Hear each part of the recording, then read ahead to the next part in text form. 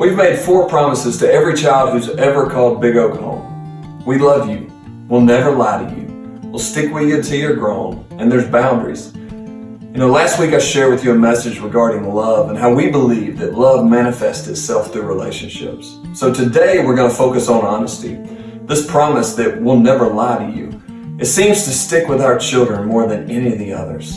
And I believe that one reason they cling to this promise of honesty, they cling to it so much, is because it's a promise of something concrete. It's a promise of something real, of something authentic. And it's something that's so refreshingly different than really anything and everything that they've ever known before. It's something we speak into them because we care, and it's because we love them as our sons and as our daughters.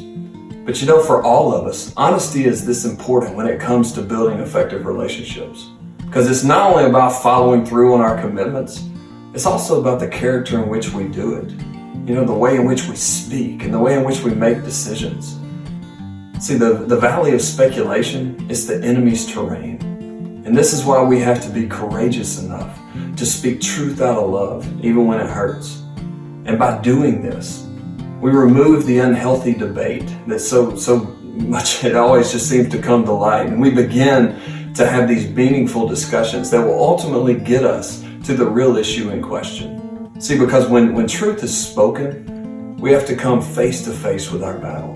And it's these moments that they present opportunities that point us to the source of truth, which is in Jesus. The honesty of Jesus is something imperative to study and to absorb as we live in a world that's just enamored with how do we make our lives easier? How do we make our lives less convicting? Yes, Jesus is loving, He's compassionate, He's merciful, He's sacrificial.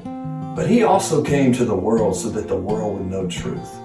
And as the wise king that He was then and that He still is today, He didn't operate in a constant state of ridicule of others, but He also didn't avoid tough situations in an effort to hide from the real issue at hand. Jesus was known to call out the teachers of the law and the Pharisees as they sought to live by the letter of the law, but they so often missed the spirit of it. See, Jesus spoke truth that would cause all of us to look into the mirror. Truth that didn't care about status, it didn't care about title, it didn't care about economic standing. Truth that didn't see people for who they were, but truth that saw people for who they could become. Jesus would extend His love while also displaying an honesty that would change our lives forever. He spoke truth because He wanted us to experience freedom. And this loving truth, it's a catalyst for change. It's something that we so often reveal our blind spots, it'll reveal our failures, but it's the same truth that allows us to experience repentance and forgiveness.